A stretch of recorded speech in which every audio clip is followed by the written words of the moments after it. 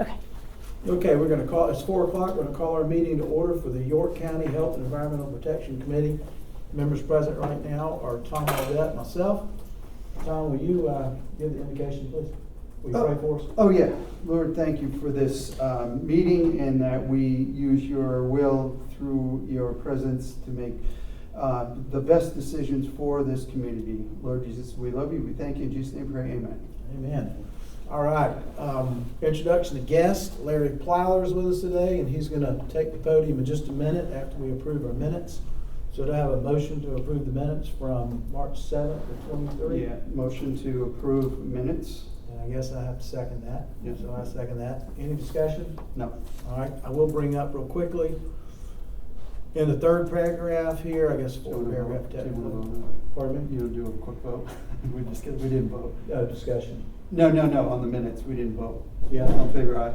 Well, wait a minute. Okay. Yeah, we're in discussion. Oh, we are in discussion. I'm Yeah. sorry.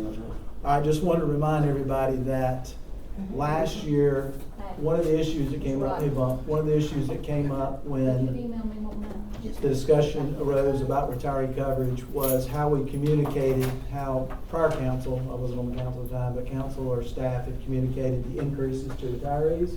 So I just want to remind everybody that we established a commitment to communicating with the retirees in July, September, November. So there are no surprises. Last year, the increase they received was substantial and caught them off guard. And so this is what we put in place, so this is our expectation, okay? All right, so nothing else with the minutes. All in favor of the minutes, please say aye. Aye. Opposed? Motion passes. Even when you don't say anything, it's a yes vote. Yeah. Tommy. Do we have to approve the minutes from the previous? Oh, I've never done I that. think those were Normally I do. already approved at I didn't know we approved them in the council last I don't know if we approved them in the committee. They We got, approved It it- changed a it little got bit. changed, Okay. so you're good. All right. What's that one? You might be double covered. Yeah. That's Yeah. right, we're gonna double cover. Double cover. All right, so, recap of communication points to retirees moving forward is what we just covered. That's number one on your agenda. Number two, we're gonna bump Larry up in front of point number two. So Larry works with the county. He actually provides our retiree coverage to our post-65 employees, those that turn 65 and older. This is who they work with to pick up their coverages. So Larry's gonna take about 15 minutes and explain to us what that process is like and what they qualify for. And then if you got any questions, you're able to answer questions. So Larry, the floor is yours. Okay, thank you, Watson. Thank you, sir. Yeah, my name is Larry Plowden. I'm with Firm Plan Benefits Columbia. We're out of Columbia, Plan Benefit Services out of Columbia. We've been working with the county for, I guess, at least 2013 or 14, somewhere along in there. Yes, sir. And what happens is, and I'm gonna, if I get in a hurry, my wife tells me all the time, I talk too fast because I've been doing this so long, I sleep with it every night. So if you want to stop me at any time, I'll explain something. What happens is Lisa and I, at the end of every year, we look at who is turning 65 next year. We develop a list, I have birth dates, and what I do is I try to contact them at least a couple of months before they turn age 65. Because what we run into, quite honestly, the retirees don't have a clue for what needs to be done to enroll in Medicare.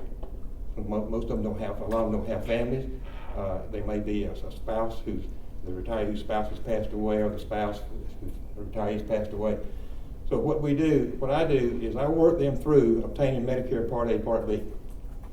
I have the forms that I provide to them. Lisa has one that she has to fill out to verify employment coverage. I have one that I give to them, telling Medicare what day they want to, or what month they want to begin Medicare Part B. You've got to have Medicare Part A, Part B to get a Medicare supplement. So I work them through that process. And I have a couple today that I've been working with. Neither one of them have Medicare Part A, Part B, either one. Because here's what happens. When you turn 65, if you're not drawing Social Security, you won't hear anything from Medicare at all. If you're drawing Social Security, you'll get a Medicare card. But if you're not drawing Social Security, you won't hear anything. So this couple's not drawing Social Security. So they're over to Medicare. Pardon? They're still working? If they're still working. No, they're still working. They're still working. Okay. So they don't have Medicare Part A, Part B, but he's getting ready to retire. So I've got the forms ready to get them enrolled in a Medicare Part A and Part B, so they can get the Medicare supplement and the drug plan. So once we do that, I have a drug form that I send to them, because there are 24 drug plans in South Carolina. Blue Cross has 3, Aetna has 3, Humana has 3, all the others have 1 or 2. So there's 24 plans to choose from. They give me a list of their drugs. They fill out the form, got all the pertinent information I need. They fill the form out with their drugs, telling me what strength they take, how many they take on a daily basis or a weekly basis. I go into the Medicare website, because I'm not smart enough to tell you got 24 plans, which is more economical for you. I put it in the Medicare website. It analyzes all 24 plans for me. Then I get back to them and I give them a printout. And they tell me what drugstore they want to go to, because there's preferred pharmacies and there's standard pharmacies. You'll get better copay if you go to a standard pharmacy. So I tell them, here's where you need to go, but you can go wherever you want to. Some people say, I'm not going to Walmart. That's fine. There's preferred pharmacies, like I said, and standard. Walmart is a preferred pharmacy in most of them. Some people say, I'm not going to Walmart no matter what. I say, here's where you need to go. Go where you want to. And I give them a printout, and it tells them exactly what the copay is going to be for each drug that they take at that particular drugstore. When I give them the printout, it has the copay on each individual drug by month, and tells them what the premium is, what the deductible is, and what the total cost per year is. All of them get that. Then they can make a decision on where they want to go. At that point, I've got an intake form that I send to them, and I've developed all this because of the pandemic. We did not meet with people face to face. So they've got an intake form that they send to me that has all the pertinent information that I need to get them enrolled. Whenever we finalize everything that we're going through as far as the Medicare supplement and the drug plan, then I send them nothing but the signature pages, because I have everything else, and I fill out the application for them. And in between then, there's a premium summary that I developed. It tells them, here's your premium for the Medicare supplement, here's the one for the drug plan, here's what your coverage from PIVA, for your dental and vision, because we don't bother that. They stay with the PIVA, dental and vision. It has all those costs included going to a Medicare, individual Medicare supplement drug plan. It also gives them a comparison if they stay on the state plan. And the reason we do that is the couple I'm working with right now, they both have coverage through PIVA. That premium to stay on the premium Medicare supplement, the PIVA Medicare supplement, is $1,056 for both of them. Well, the county's going to give them $700, but even with that $700, they still got to come out of pocket. When you calculate the dental and vision in with it, they got to come out of pocket about $400 a month to stay on the PIVA plan. So right now, at last count, I think we've got 182 people on the individual Medicare supplement. We have about 12 people that stayed with the state plan. And the reason being, their drug cost was so high on the Medicare Part D standalone drug plan, it was more beneficial for them to stay on the state PIVA plan. Yeah. So that's the ones we leave on. I tell them, you need to stay with PIVA. Because I like good phone calls, I don't like bad ones. So I'm not going to sign someone up with a plan that's going to cost them more than what it would be through PIVA. So they get a premium summary. It details each one of the Medicare supplement premium, Part D drug premium, what their choice was for dental and vision under PIVA, and then they're looking at that and they say, okay, here's what I need to do. Do I need to stay on PIVA plan, or do I want to go to the individual Medicare supplement? Now, that's the $350 or $700 a month. It goes into an account called an RHRA, a Retiree Health Reimbursement Account. And that is managed by a company called Flores, and they're out of Charlotte. We have a little over 1,200 people on the plans that I'm describing right now. We work with a number of counties, and all of them have the setup is the same. The money is not deposited, but it runs through Flores. Mm-hmm. And the retiree, they bank draft their Medicare supplement premium, because they get a 6% discount on the premium for bank draft. In most cases, in all cases, I recommend that they take the drug plan out of the Social Security check. And here's really the reason why. If for some reason you don't pay that premium for 2 months, Medicare will allow the carrier to cancel it. And you cannot get another drug plan until January. So that's why I recommend Social Security deduction, it's automatic. Yeah. And so, Medicare supplement premium is $150, the drug plan is $50. That's $175. The company Flores will look at the system, they say, okay, John Doe has the $350 that was put in by York County. We're gonna send them $175 back into their checking account. They don't issue a check to them, they put that money back in their checking account automatically. Good, quick question. Sure. I think we covered this last time, but if you're in a Plan A or Plan B, can they still participate in an HSA? No. No. Okay, I didn't think so. Okay, I couldn't remember that. That gets to be a problem sometimes. Yeah. Because some people have HSAs. And if they had money sitting in their HSA, can they pull that money out Yes. and put it into an independent, separate account? As long as it's not in HSA, yes. Okay, and then use that towards their. They can leave it in their HSA and pay their Medicare premiums out of the HSA. Right. Oh, they could. Oh, yeah. Yeah, They could, but they just can't add more to it. You can't use HSA funds to pay your premiums. Okay. Technically, once you go on Part A or B, you can't put any more money in your health savings account. You can't add to it. If there was money into it, they could still use it Right. to pay existing bills. And most people, If they're under plan. we have clients that do that, and most of what they do is they use the HSA to pay Uh-huh. for out-of-pocket expenses that Medicare doesn't cover. Yeah. Which is very little. Yeah, Because now, even with a Plan G, which only people that turn 65 before January 1, 2020 can get a Plan F. They get Plan G, which has a $226 deductible under Medicare.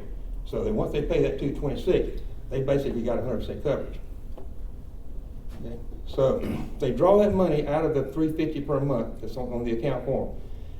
The PIVA plans have to be careful. The PIVA dental and vision is not the best in the world. So they have quite a bit of out of pocket, especially if they get into root canals, crowns, this kind of thing. So what they do is they pay for the dental work, file with a reimbursement form, file for the reimbursement to get paid back out of that $350 or whatever's left. They can't overdraw. If they've only got $400 left in there, they can't get $410, they can only get the $400. So whatever's in that account, they can draw off of it. And at any time, they can either call or they can set up the app on their iPhone. They can look, see how much money they have left in that RHRA. Or if they don't do it, they can call me, and I can go into the system and tell them how much they have left. And that happens quite a bit. Anyone that has a Medicare supplement or a drug plan through us, or through me, they have my cell phone number. I tell them to call me 24/7. And it happens. I get calls on Saturday afternoon, Sunday morning. If someone's going to the hospital, someone has to, say a son or a daughter has to take their parent to the hospital. Hospital wants to see their Medicare supplement card, they don't have it. I carry it in my car under lock and key, a list of everyone that have Medicare supplements. I have their policy number, contact information, and I can give that to them to give to the hospital, or sometimes I've had to call the hospital directly, and we do that.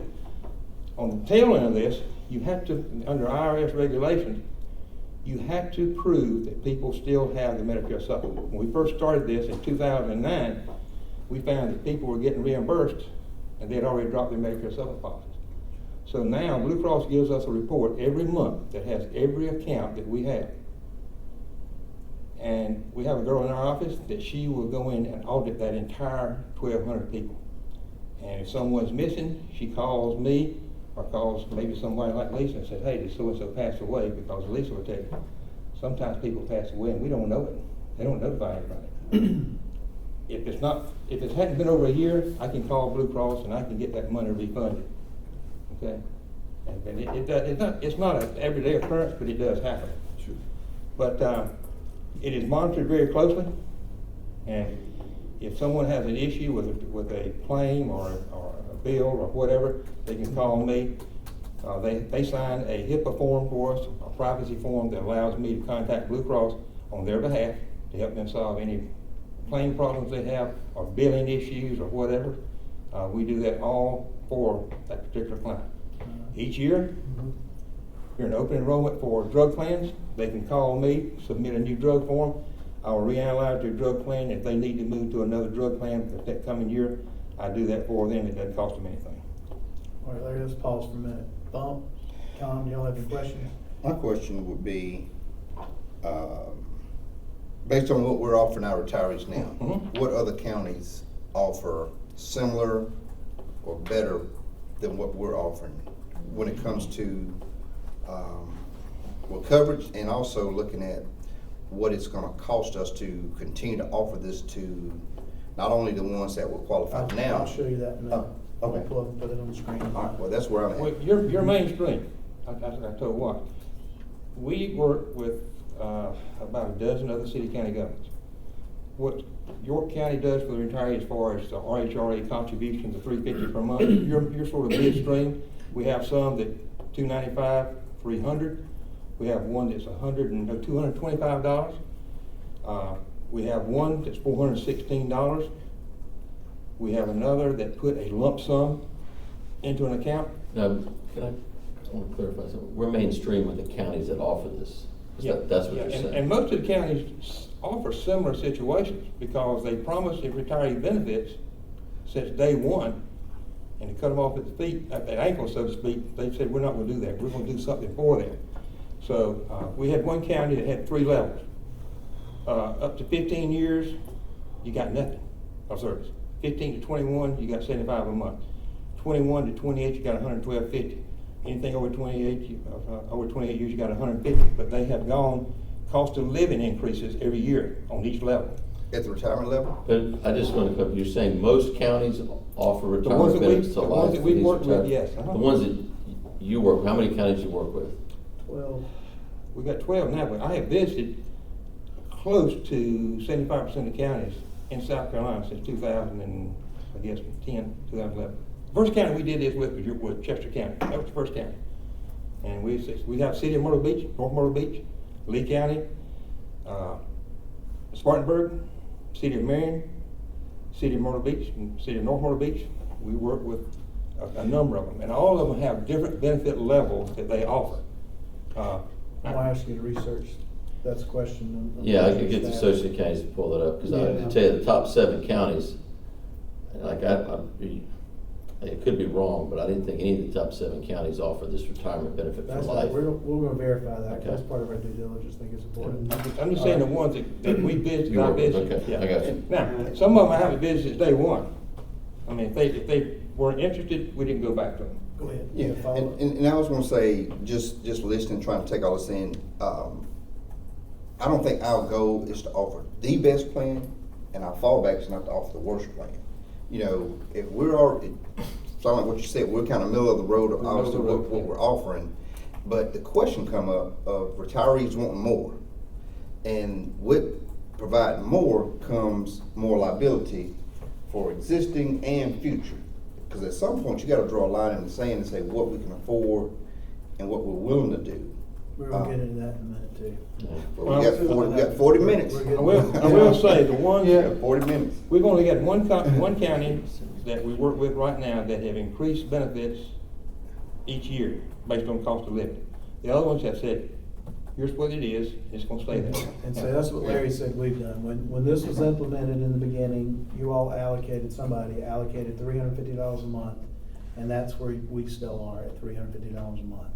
So if an employee that comes off of our group insurance contract and goes on Medicare, they get $350. If their premium's $330, they're banking $20 a month, and if they got their spouse covered, it could be $40. But they're banking that in that HRA, they get to dip into that to help pay some of their bills, up to $350 a month. Got it. That's why he's talking about the HRA, okay?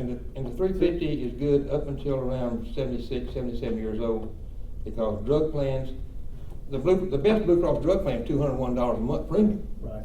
Right. But I don't put them on that unless it's the best plan. Right. I look for I try to look at what York County's responsibility is versus what the employee would have to come out of pocket with. So I think we're gonna get into numbers though, and I think you got the numbers, but my question is, so after somebody retires, what is the total amount of revenue we're spending on insurance costs I'll show now, you that. and that incremental increase? We're gonna give it to you. Okay, and then how can we then find that middle point, in between there to make it make sense? So that's gonna be the tough discussion. Yep. We're getting to that too. Okay. We got lots of- Let's get through it, Watts. Let's get to it. Y'all have any other questions for Larry? Larry, I got one question, and that is, if a full-time employee wants to continue to work past 65, do you talk to them about Medicare, or do you just No. leave them on the group contract? As long as they're working, Lisa and I we The don't contract contact them. says you are not supposed to incent them, and We they don't do will. that. Okay, I figured that was the case, just wanna make sure. Need to talk to him about retiring if he's still working past 65, because.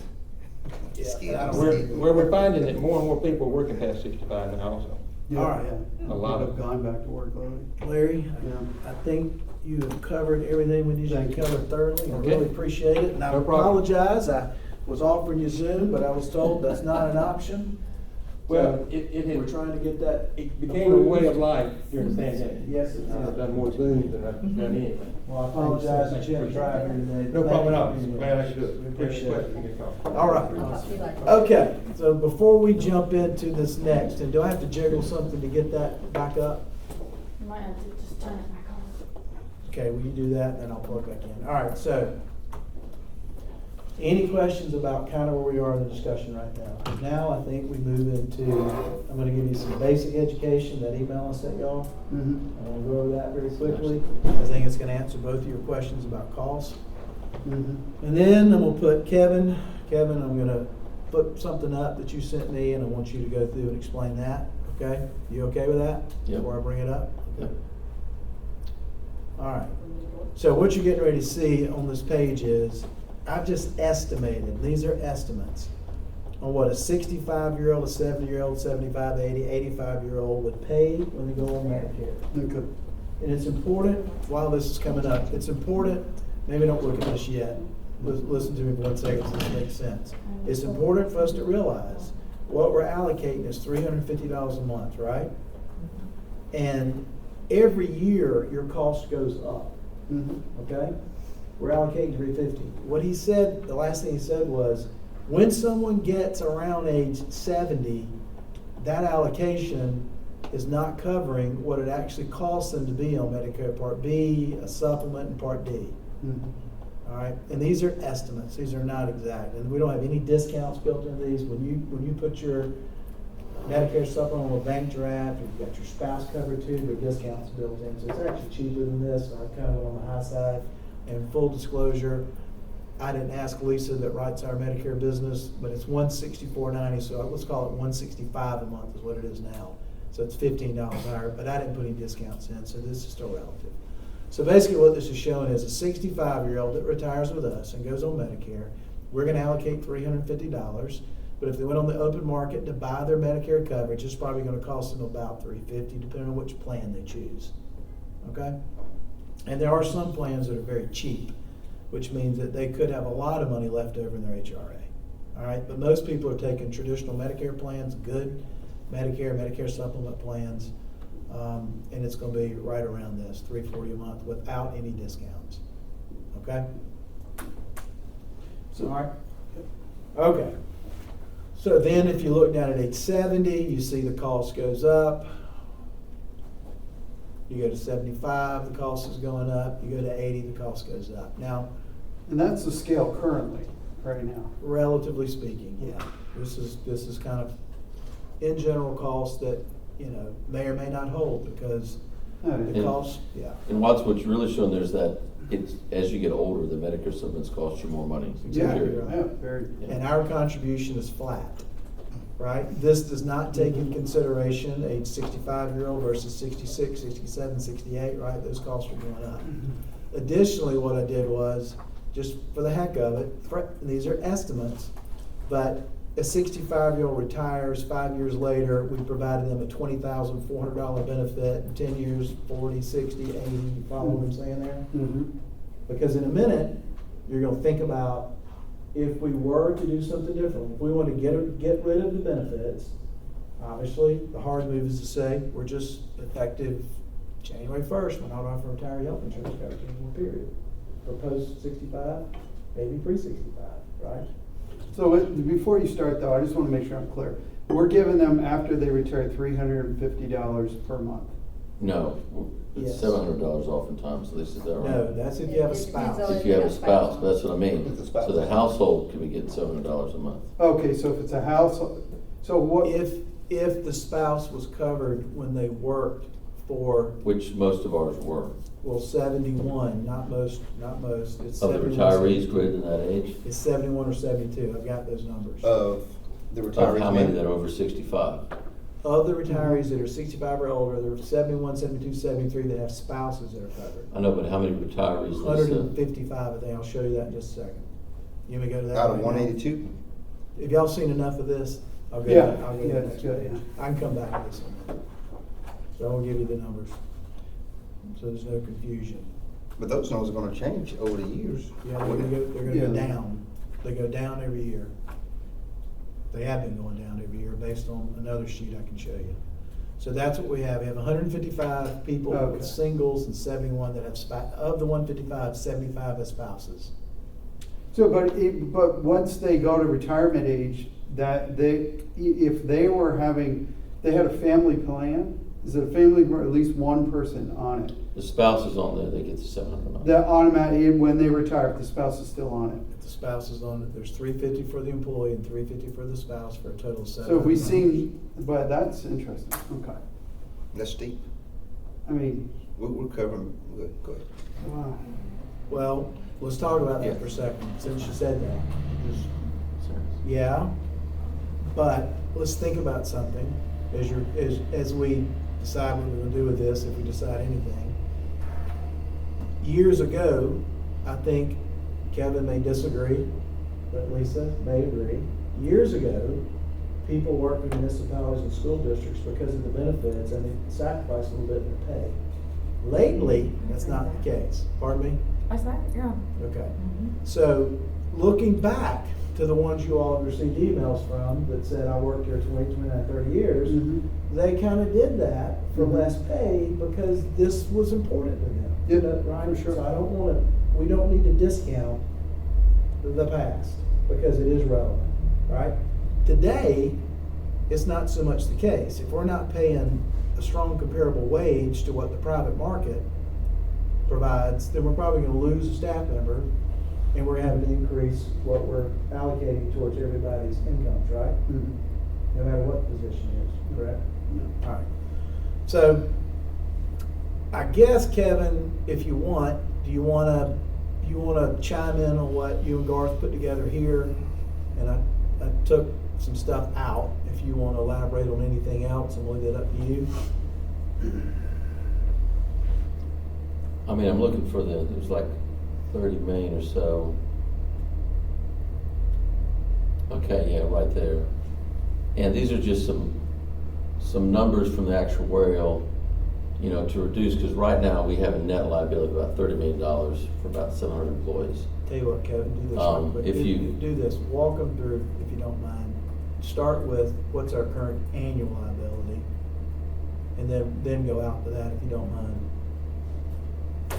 I mean, Our annual liability in premium is $1,247,000. we pay $600,000 a year in the budget over there. Those premiums are being paid out.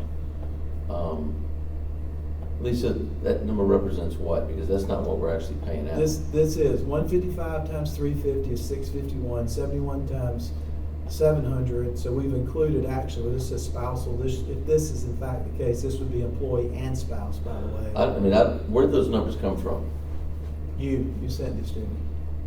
Well, I can't, So this is saying we're spending $1,247,400 for retiree post-65 benefits right now, for those that have single coverage and those that have employee spouse coverage.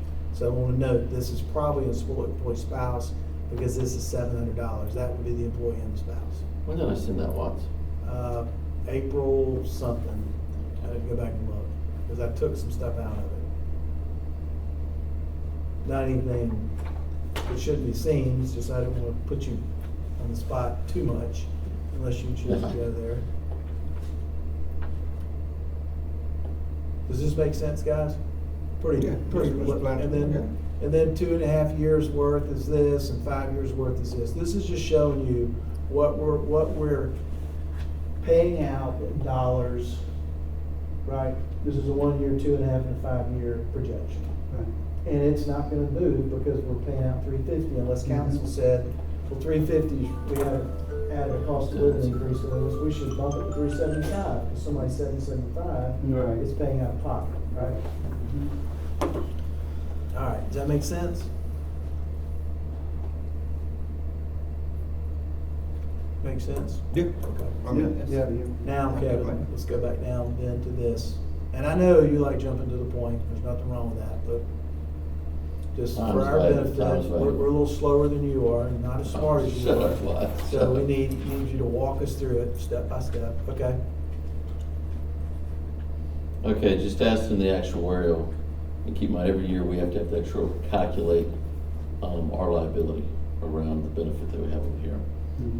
And we asked them if we make some changes, what type of effect would that have? Removing the spouse family option from just the active employees, okay, not the retirees, that would save us about $3.7 million. Not a lot of bang for your buck there, but it's still $3.7 million. Removing the spouse and family from everybody, that gets you about $10 million saving the liability. So only about a third doing that. And then the last one was if we ended it for everybody at age 65, okay? And the thought behind that, you know, like Mike Moore did 30 years in the Navy, his medical care ends at 65. Very few people are offering any type of benefits past 65. That actually reduces our liability to where we got an asset of $300,000, okay? Had the actuarial run some additional numbers today, just different scenarios, and these are things for y'all just to noodle around in your head. If we, like in 15, when the county went in and drew the line, they cut it off at 2008, 2011. So there were employees that had it for 4 or 5 years and then lost it, so there's a precedent for that. But if you just ended the coverage for all active employees and left everything else the same, it reduced it by about $17 million. If you ended coverage for current employees at 65, okay, that reduced it by about $8 million. And you know, so this is sort of like cafeteria style, the way I look at it. You know, y'all are the ones that get to vote on this. Y'all make this decision. You can go through there and say, you know, the spouses never worked at the county. We don't want to give them retirement health care, you know, nor did the children. Let's take spouses and children off. Let's also make it to where current employees, right now, it ends at 65 for them, or maybe everybody that's not 65 by the end of this year, they end at 65. Y'all can pick sort of cafeteria style what you want to do the plan, and the actuarial can sit down and give you all some guesses. And the actuarials they do the fancy math. It's not really math that you can sit down with a pen and paper and truly calculate out, but that's what goes in our financials. That's our liability. It's sort of the fancy bean kind of way of calculating what this promise we made is going to cost us. So, you know, those are just some ballpark numbers as y'all sit here and think about what y'all want to do. At some point, I think if you're all going to sit down and try to figure out what your recommendation to council might be, it might be good to have the actuarial come visit with us, or maybe y'all give him a list of specific things y'all want to consider, and he can come back and answer the impact of those changes, what they'd be, and then y'all can pick from there. All right, Yeah, so, question, go ahead, guys, we'll summarize what you just said, go ahead. yeah, so the two things, you said end at 65, or you made a comment about ending at 64, but you're saying if that retiree retires at 65, we would end all, or are you saying that Sort of think of it this way, and if you were, and Watson and I talked about this earlier today. It's a hard lift for y'all. Pause for 1 second. Remember, you got 3 categories that we're talking about ultimately. You got post 65, Mhm. you got pre 65 no longer working, and you got pre 65 still working. right, but His comment was to number 3. He was saying somebody that's still working, you could end it at 65. and that's what I was getting to, so end it at 65, but the problem, would they be able to then go on part A and part B Yes, if they were yes. still working? Yes. Okay. Yeah, and you can, we've got employees that are past 65 that are still working, that are in the plan. Okay, gotcha. And he's Um, saying he doesn't call on them but- because of the provision in the contract. that Yeah. says- Now, Okay. you know, I mean, y'all gotta make that lift. Like Watson and I talked earlier today, it's gonna be very hard for council to go out there and tell that person that's 65 or older, hey, guess what? That $700 a month you and your spouse are getting, or $350, it seems like it's about splitting down the middle. You're no longer getting that money. That's gonna be a hard lift for y'all to do politically. We get that, I get that. But when you're looking at the county as a whole, it's right for the taxpayers, I think you look at, okay, the active employees, do we need to make this promise to them out there, Right. going out there in the future? The ones that aren't yet 65, do we need to continue that? And do we need to continue to look at including spouses and children on these plans too? You know, like Bump, you work for your union, what do you get in retirement health care? I had to make this note that our negotiated insurance benefit is everybody if our retirement age is 62. From 62 to 65, we supplement those retirees up to 65. After 65, we're not paying, the union pays no more, the company pays no more to that person's insurance, because now, It's a death knell agreement. yeah, so, Mhm. and it's a hard, like I say, you gotta draw the line in the sand somewhere, and at some point, it's what can we afford to do? Do we still continue to, guarantee spouse and children insurance once this retirees 65 and over? Our obligation is to the employee first. And I don't think we made any commitment to that employee, whether they work 30 years or 15, 20 years, that we will take care of your family when it comes to insurance down the road. And so, like I said, it's gonna be a hard line to draw, just like even with our pension. The company went back and they drew a line and said, hey, if you've been with the company X number of years, you're this age, you get to keep your pension. If you've been with the company this year, this number of years, you're this old, you get a enhanced 401k, but you no longer have, we're not contributing to your pension. So there was a hard line drawn, and you know, at some point, the decision was made of where you draw the line. We just can't continue to offer this kind of package to employee, spouse, and children when our obligation is going to continue to grow if we offer this to. Yeah, future we did the employees. same thing last year too, because I'm at AT&T.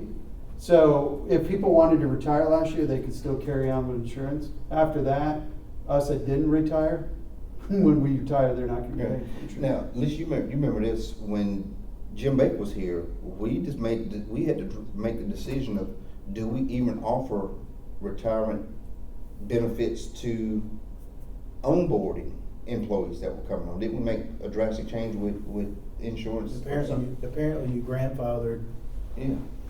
some in, and then you kept the benefit for the pre-65s because, well, no, you didn't. But like You the did it new- away for pre-65s If you're because. hired after 2011, you don't have You don't have- any right. hope of You this don't have benefit it. at all. So- If you're hired between 8 and 11, you can got a lot, get the like benefit Britt you started got. his time, Yeah. Britt, and I think Michael John, there were a handful of, I was- so there's a lot of employees that were, Bump's in that group, Mhm. where Bump would have to work another 20 years or so to get, you basically make it very hard for those between 8 and 11 to get the benefit. And But, that you know, was and done again, to- that was a line that was just arbitrarily drawn. And that was done to reduce our liability, because Yeah. that thing was That was because of growing. the And that's why our They were numbers, growing that's why the huge. numbers are That's dropping 3 to 5 a year. The numbers I saw that you all sent, somebody sent The liability or the number? The numbers. But the liability's been going up, Well, it is, because the cost of care is going up. and people are living longer and everything else in that. That's, I Yeah, mean, absolutely. I think, you know, The it's. claim liability's going up, Yeah. not the premium liability. Y'all get a chance, and this is, y'all make the decision, y'all vote on it, y'all can cafeteria style figure out what you think is the fair thing to Mhm. package up these employees. Like I said, y'all just go through and say, we wanna look at, what if we did this and that and the other, and we'll get you back some numbers and y'all We can give- pick what you wanna recommend to council. I got you hard copies and then Okay. I will. Yeah. So also, I won't read that, so I stapled all this together for you. Here are the head counts, by the way. Okay. And then I'm gonna email these to you. Let's see. Yeah, just take that. Okay. All right. All right, so we have 3 categories, and I don't think we're gonna, okay, let me ask this first. What questions do the two of you have about pre-65 still working, pre-65 not working, or post-65 retired? What questions do you have for Lisa, Kevin? What do you have? I think the only question I have, I'm still kind of hung up on this 700. If a spouse, for example, if a spouse somebody retires and they had spousal insurance, so when that person retires, that one that was working passes away 2 years down the road, that person was getting $700. What happens then?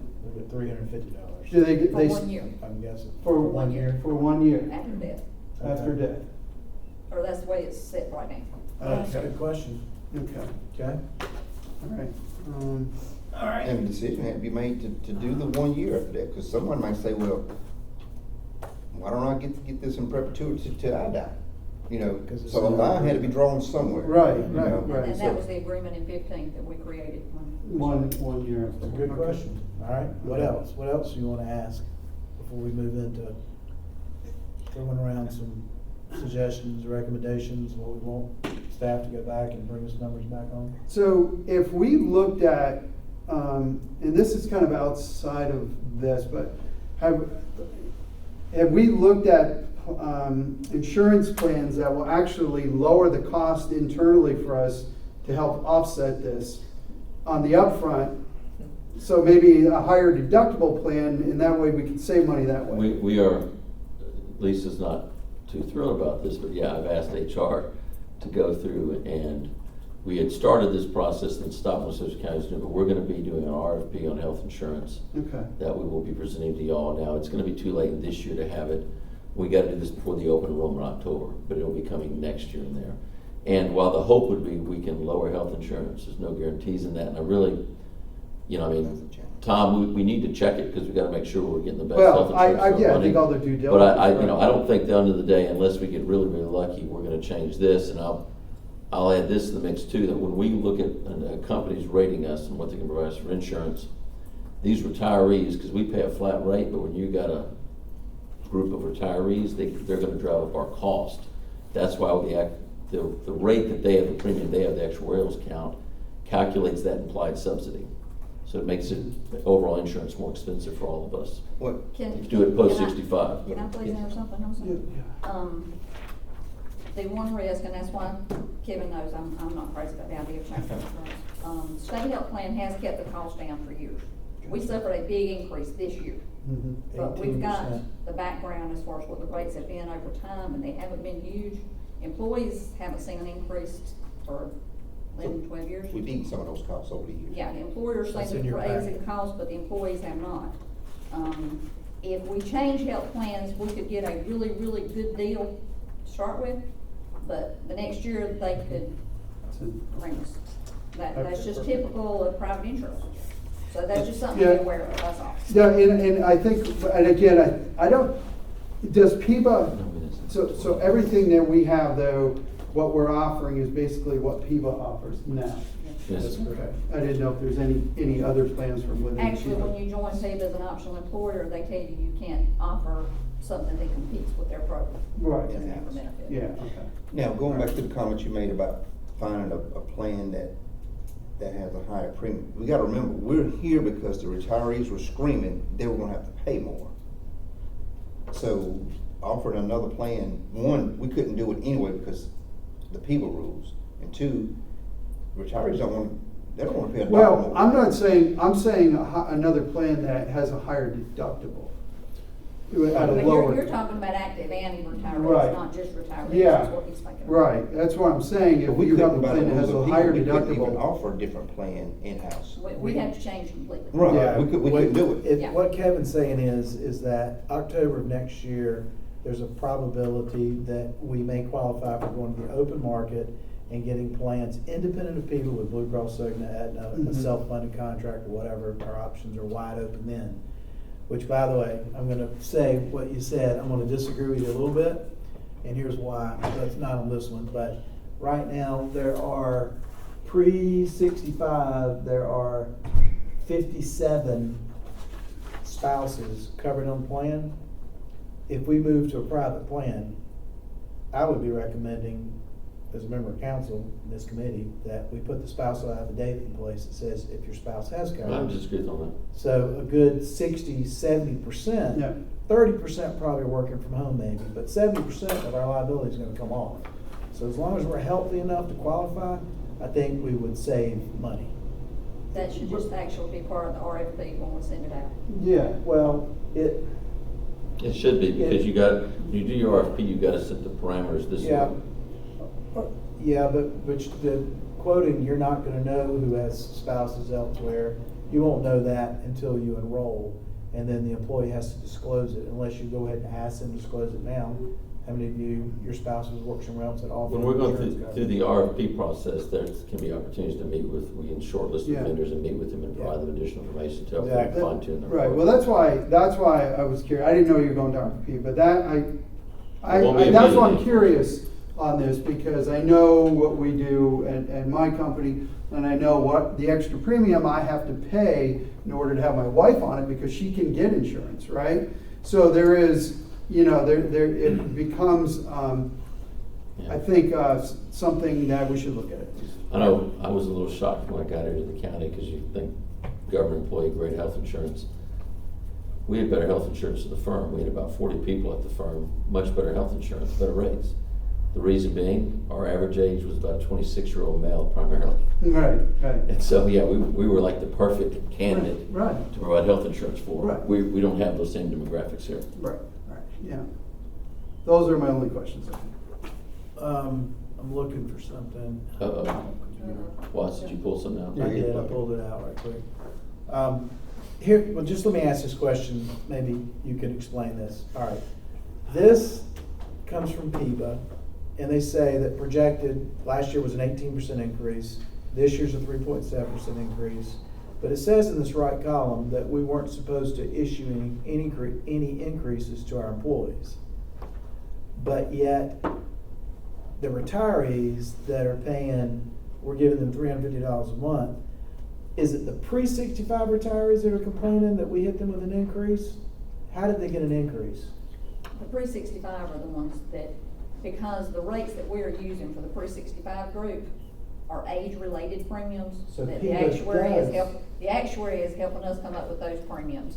PIBA doesn't. He was not hold- involved in that calculation. Yeah, I'm all right. PIBA doesn't hold us to keep the retirees at the same rates as actives. The retirees, every county can do different with how they do it. So the ones we're hearing from are pre-65 but not working, not pre-65 and working. They're offered this, right? Because the pre-65 working are on the active I mean, coverage and they're. Because I you need I to think we increase had the a mixed premium. bag of, because there were the vocal ones, and there were there were literally like two of them that really complained, and They're pre-65. they're pre-65, but I think they might actually be employed, working another job now. But wait a minute, right. Not with PIBA, they might be Pre-65 working. Right, not with Yeah. people.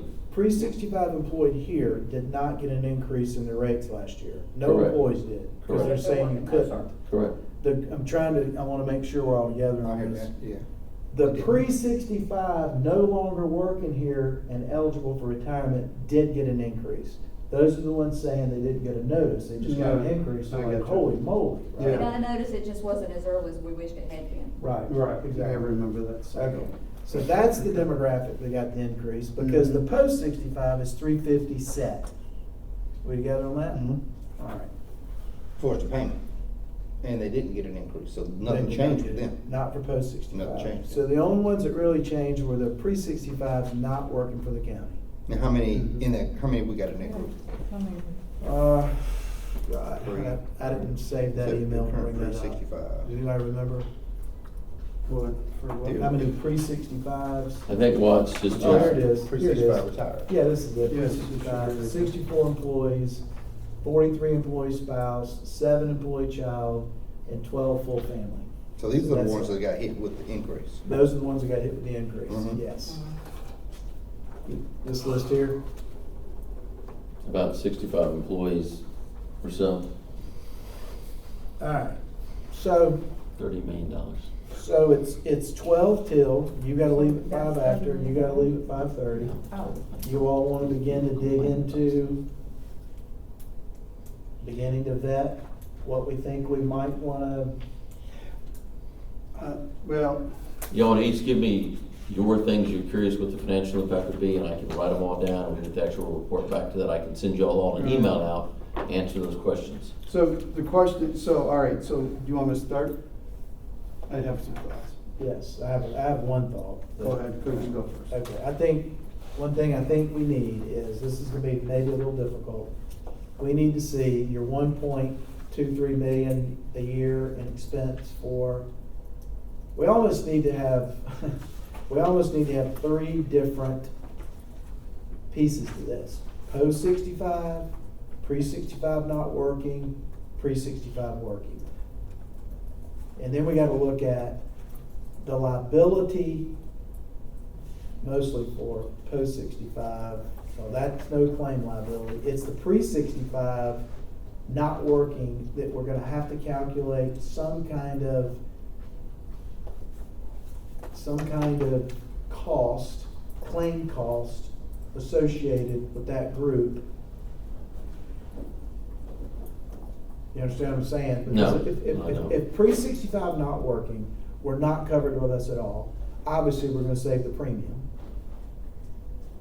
But pre-65 not working, you're calculating on that sheet. But the pre-65, and this is just want to be clear, we've got pre-65 no longer working with us, but they can be working somewhere else and actually have insurance somewhere else. That's right.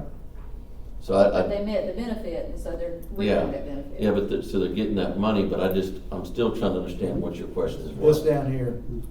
So you were saying coverage ends at 65, all qualified active employees, reduction. You're giving this liability. That liability has to include claims. That liability includes all the things the actuarial throws in there, how long they're gonna live, and there's Some a of it, huge bro. bag of stuff that gets thrown in there. Correct. That's why I don't wanna profess I can dissect that number, but if y'all give me, Yeah. like, that number, for instance, was if we end it at 65 for everybody, it's that number.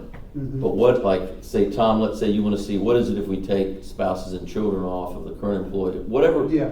Sort of, you tell me what you're curious about, what the financial impact would be. Right. To whatever you wanna have in mind, cause I think I've got three different numbers in addition to that from Garth today that I spouted off to y'all earlier.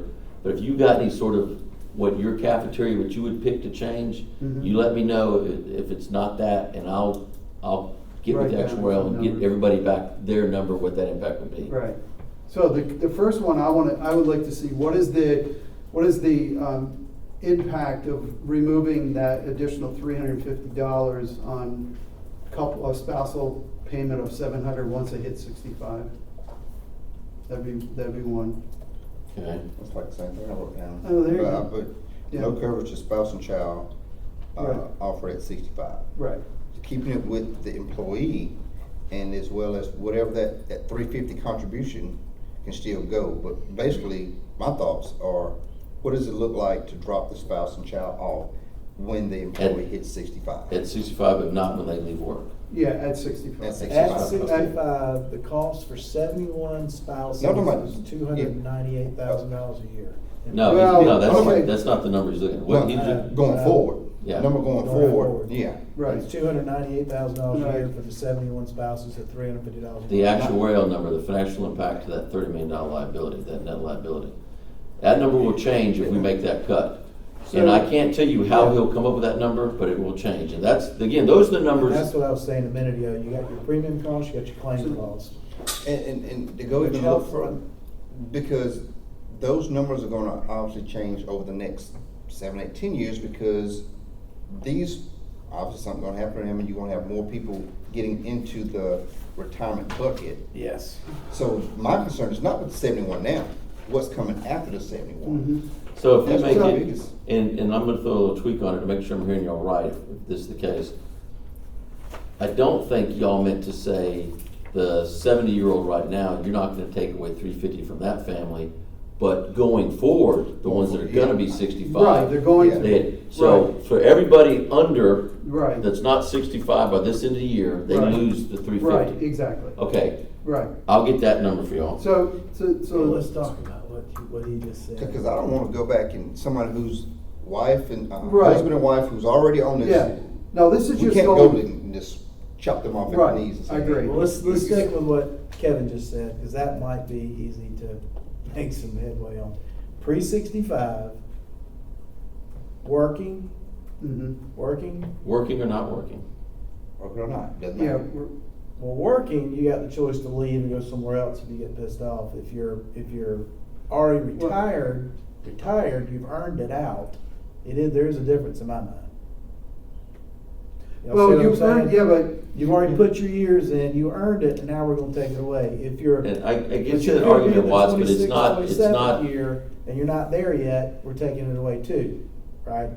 That's just a number those two wanted to hear. I get that you're in I a know, different position. but I get wanna that. make sure we're all Yeah. thinking through this the same, Yeah. Well, because we have to. I know, but you always fully get, agree. right, you, just like we had a ramp up period of 1 year, they say next year this is gonna occur.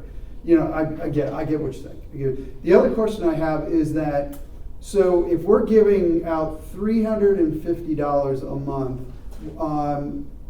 as opposed to if we gave them when they retired one lump sum fee, okay, of X amount of dollars, okay, that was maybe, I don't know, say $10,000 we would give you when you retire. I'm just throwing that number out. As opposed to the long-term cost on an average lifespan, say we end up spending $40,000.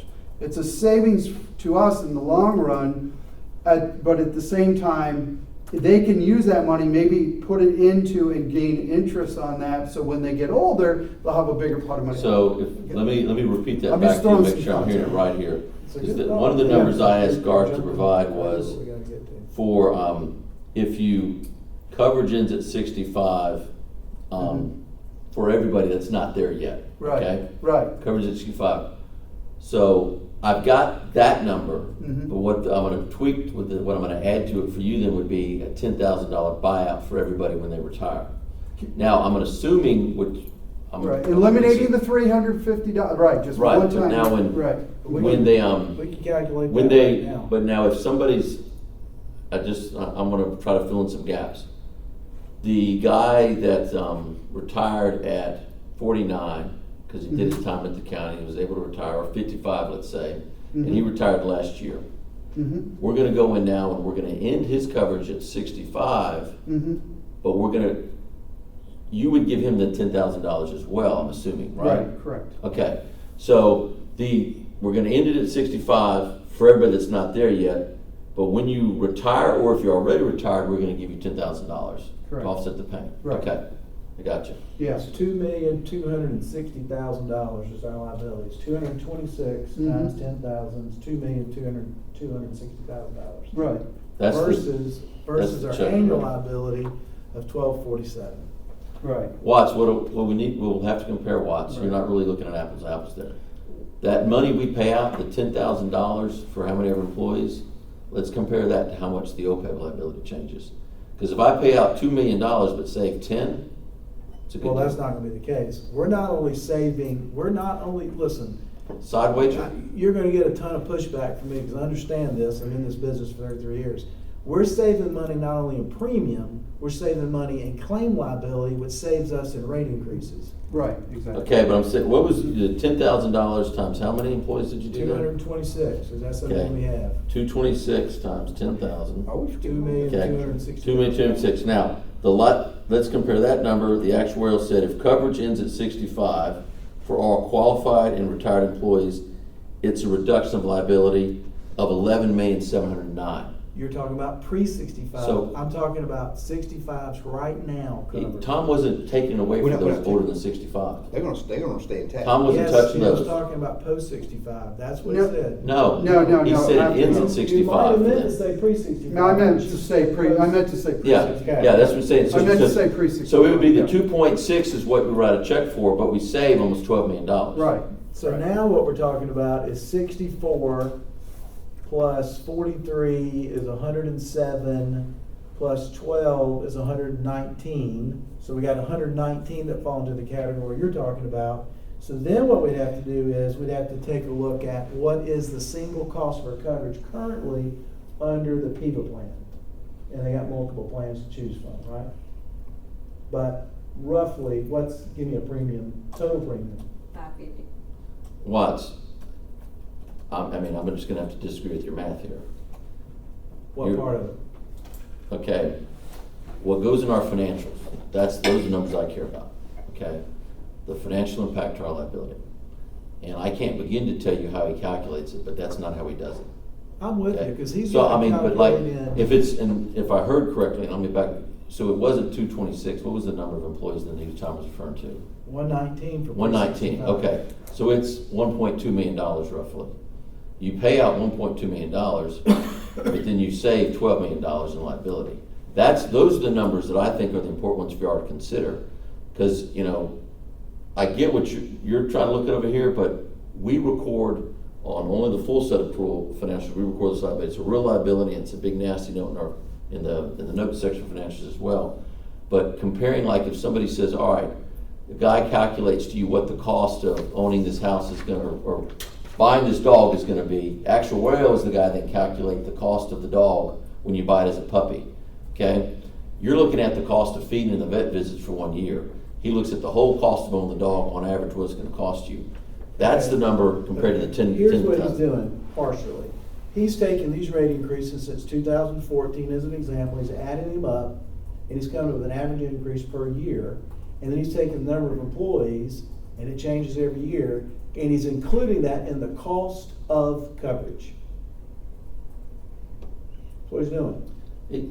I don't doubt that that's part of what he's You and I looking are at. saying the same thing, but ultimately, what we've got to figure out is, what, if we're gonna put it side by side, what is an employee costing us per year?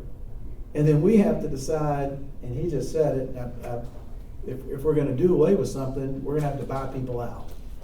And so if we're gonna buy people out, we're buying them out, we're gonna benefit. Look, any way, shape, or form, the county benefits from us ending or buying anybody out. Ultimately, we're gonna benefit. The question is, at 1 year, 5 years, 10 years, 15, 20 years, we're going to benefit. The question is, it's not even about the county, it's about the employee. That's what we have to focus on. We're going to benefit. And if they live longer than the payout we give them, they lose.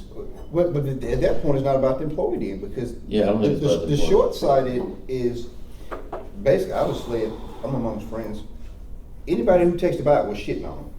Do what now? Anybody who takes the buyout, we're crapping on them. Buyout, yes. Because now the benefit is on us, but we can't say that it's about the employee when we're about to basically put them in a situation that only benefits us. Well, They're I'm not saying we benefiting. have to look at it from the employee's Yeah. perspective. That's the way we're gonna have to look Now- at it. He's looking at it from the county's perspective, which I Yeah. get. We're looking at it from the, here's the way I look at it. If your mother worked for the county, and we're talking about buying her out of her benefits, I'll tell her, don't do it. well, it won't be a Well, choice to not do yeah, it won't be a choice. So, Oh, because she's coming off at Tom's looking at 65. Tom's looking at it from the county's perspective as well, though, Watts. I mean, I get where you're coming from. What? You got a soft heart. Didn't quite see that in your mind. Council's but I gonna have appreciate a soft I heart. know, but Tell it me. is, but when you go to the county, the entire county, and say, you know, we got a liability out here that we can reduce $12 million, we pay them we pay them $10,000 apiece, it's a net $9 million to the good. I mean, I don't think, Are we you know, and again, we're not touching those over 65. Right. And so, you know, I I mean. mean, look, hey, I'm I not don't gonna wanna lose put these- my name on this thing, but I'm just throwing out some. I'm No, not, hey, this is not gonna be the. Tom Arnett said. This is not, I'm Right under the highway books right in the now, conversation. I don't need more, no more emails coming to me, so. But we're not forcing that employee that's turning 65 to come off. well, let's clarify that.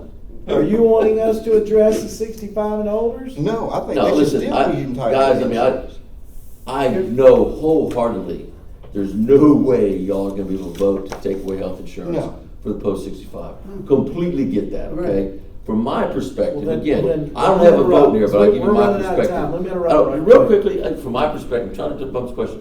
My perspective, y'all gotta strategically see where you can impact, and this is how I put the pain. The least pain is with the active employees, if you cut theirs. Karen didn't even know she was in the plan for 4 years and then out of it, okay? So you got a lot of your active employees that won't even feel the Okay, pain, hold on. okay? Time And out. she got paid Time nothing. out, time out. Not for him to make decisions for the three of us. But the question I want to ask is, are you all in agreement that 65 and older, we're not looking at 65 or older for the employee, the workforce, or the spouse? Right. You want to Right. leave that alone? The ones Now, let that me ask they're one more now. question. Right, the ones that are now, yeah, we're Ones that leaving they're them now. All right, let me ask Yeah. one more question.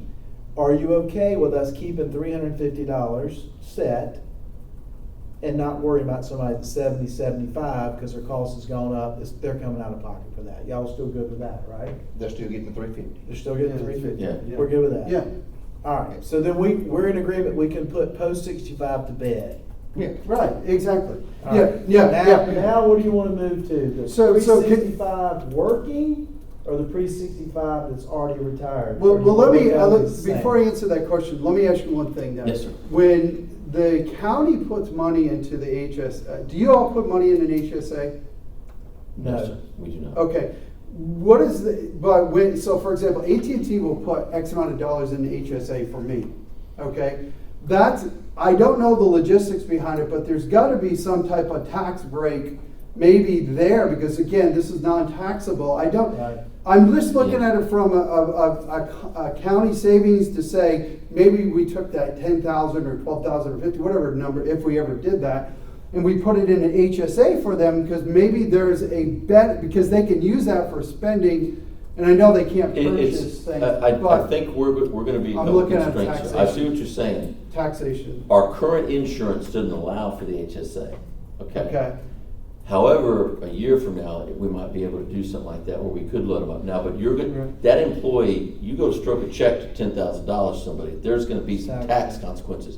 It would be less the way you're thinking. well, that's about what I'm it. saying, I'm It trying to would be. save them Yeah. from a tax burden. That would be good. Perspective, you put it into HSA, it's protected for them, and they're not having to pay But taxation on it. unless we wanna sidebar this for a year and a half, we won't know that answer, But, unfortunately.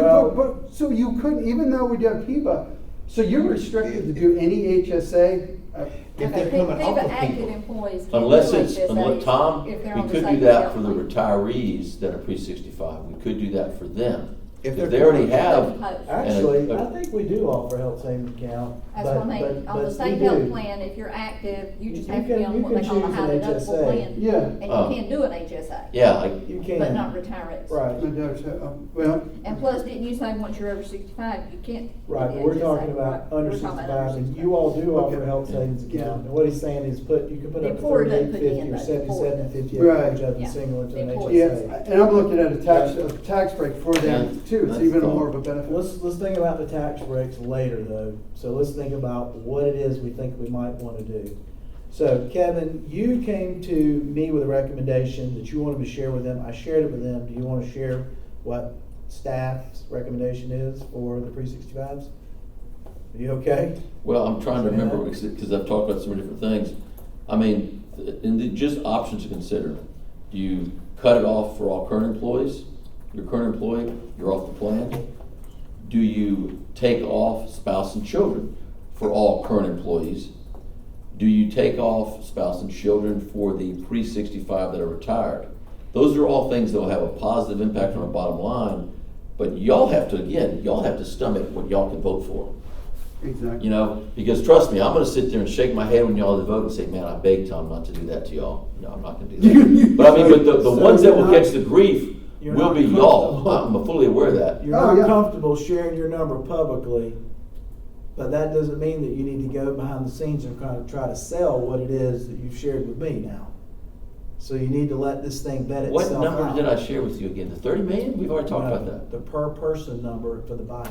Oh, those numbers, you asked me for examples. I would not. It's a figure that. starting point. Yeah, and If you're I think it comfortable was saying it. $2,500, $5,000, $10,000, something like that. Garth actually came up with those numbers. But yeah, the high end was 10 grand, which is happening what you said. Yeah, don't put that on Garth. Literally, we had some of those back and forth. It was funny. $4,200 is what you recommended.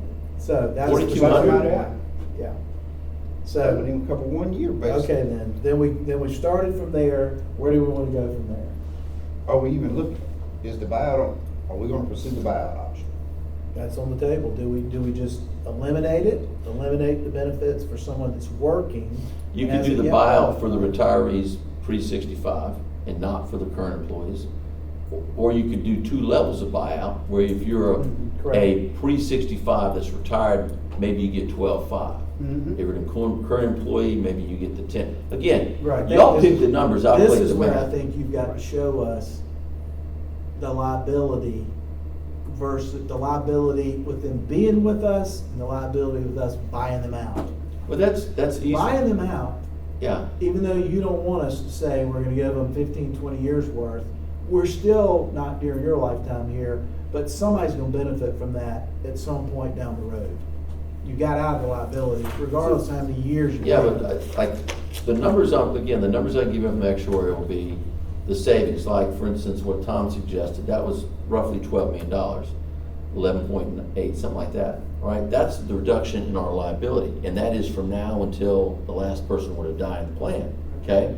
That reduction, now, I know this check we'd stroke a check right now, but I would tell y'all, we're much better off doing that, because that liability factors in the time value money as well, okay? Exactly. So we're better off, in rough numbers, 12 million, you save a $12 million liability, you pay out $2 million cash. Now, we're better off. We're to the good. The county as a whole is better off $10 million. Now, it's not like we're gonna see that $10 million run through his income. You're gonna see it as reduction in the liability in there. Mhm. So it's not like we can go buy $10 million worth of a building, build an animal shelter. You know, you Right. can't do that with the money, Right. but you still reap the benefit of the $10 million. And that's, I think, what Watts alluded to. It's spread out over a lot of time. Right. But that's the actuarial current dollar value of that So liability. think about this for a minute. Think about, if the math is correct, if you gave every employee, just to say this is relevant, okay, you gave every employee $10,000 is currently pre-65 in that category. If that, the one on the sheet here, Mhm. current pre-65 retiree data, is that for pre-65 not working, or is that pre-65 working and not working? We came up with some in What's the number, Watts? 64 employees. That's gotta be retired, because the working's about Retired. 300. Okay, so if we took that category, we're talking about buying them out, right?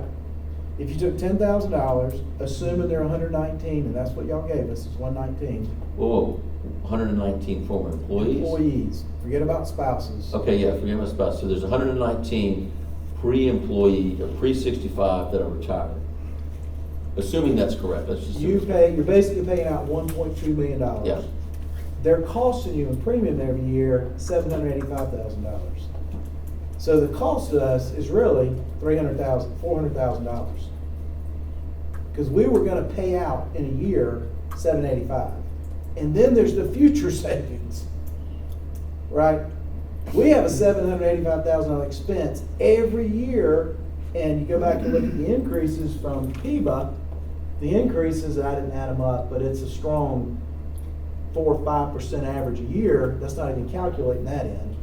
So, you see what I'm getting at? I mean, $10,000 ain't gonna do it, not for me. I'm not saying it in this negative view, I'm just saying out loud, it's got to be fair. Because there is a difference in my mind of somebody that worked and feels like they sacrificed, you have to figure out. a But way- Watts, But hold on, I these just- things get changed all the time. $10,000 is plenty fair in my opinion. I mean, Yeah, I mean, I guess the way I'm looking at it is if you hit, He I mean, needs if the you're extra gonna, support, that's why Oh, he's shut leaning up, hard on Watts. you. yeah. He So- said so- it's a hypothetical, Kevin, don't go to bed smiling. Yeah, but when you look at this Make thing. him out to be Scrooge. You are Yeah. damn Scrooge. You're a shrewd Scrooge, and that's okay. That's why our finances look so good. But All right, unless well, you're have a gonna good get night. up, See you, Mr. unless Yeah, you're gonna see you stand later. up and make this report for us, Well, the thing is too, which I is feel that. glad for you too, you didn't even want to mention the $4,200. I couldn't remember it. I thought we were at Kevin, 25 and 5 and 10. But Kevin, I don't have. But Kevin, if we took this alone, if you make it to 65 working for the company, we continue to, if you're working for the company, for the county, up to 65, then at that point, that's when we would give the 10,000 moving forward at that point. That was my perception. Let's Yeah, think- that's let's okay, think- I just wanna let's- make sure. Let's Okay. think about this. Okay, some people, the year is 28 years, is that right? Is it 30 years? What's the number when you qualify for Well, it retirement? depends on when you were hired. It's, yeah, like if you It's like started they would- working at 20, you could be 48. Can I throw something else out there for you to think about?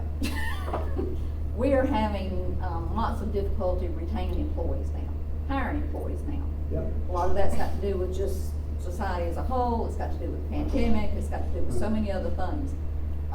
But when state retirement changed their guidelines in 2012 about what you had to do to actually gain a retirement benefit, monthly benefit, as well as when we made the changes in 2008 and 2011 about who we would cover as a retiree at any amount. Right. Those things, I can't document it individually, but I've worked in HR a while. It is visible that we have lots more turnover to the employees that have worked a long time, and then all at once they realize that's not a benefit to me. If I can make more money somewhere else, why shouldn't I? Correct. I don't need to stay with county. But I'll challenge you on this, that people today look in their paycheck and they make decisions The about. younger group, you're correct. The younger Exactly. group, So they the have no benefits- intention of staying with us 20 years. Yeah. They don't The care. benefits is something they expect. Well, it- So, and that's why I made the correlation before between the employee of the past and the employee of the present, which was leading to my question, and that is, should we consider, and what we're doing, if we're gonna do a buyout, with those that aren't, that are in this window but not there, I think Kendry's in that window, do we come up with some sliding scale buyout down to Well- 1 year? You understand what I'm saying? I get you.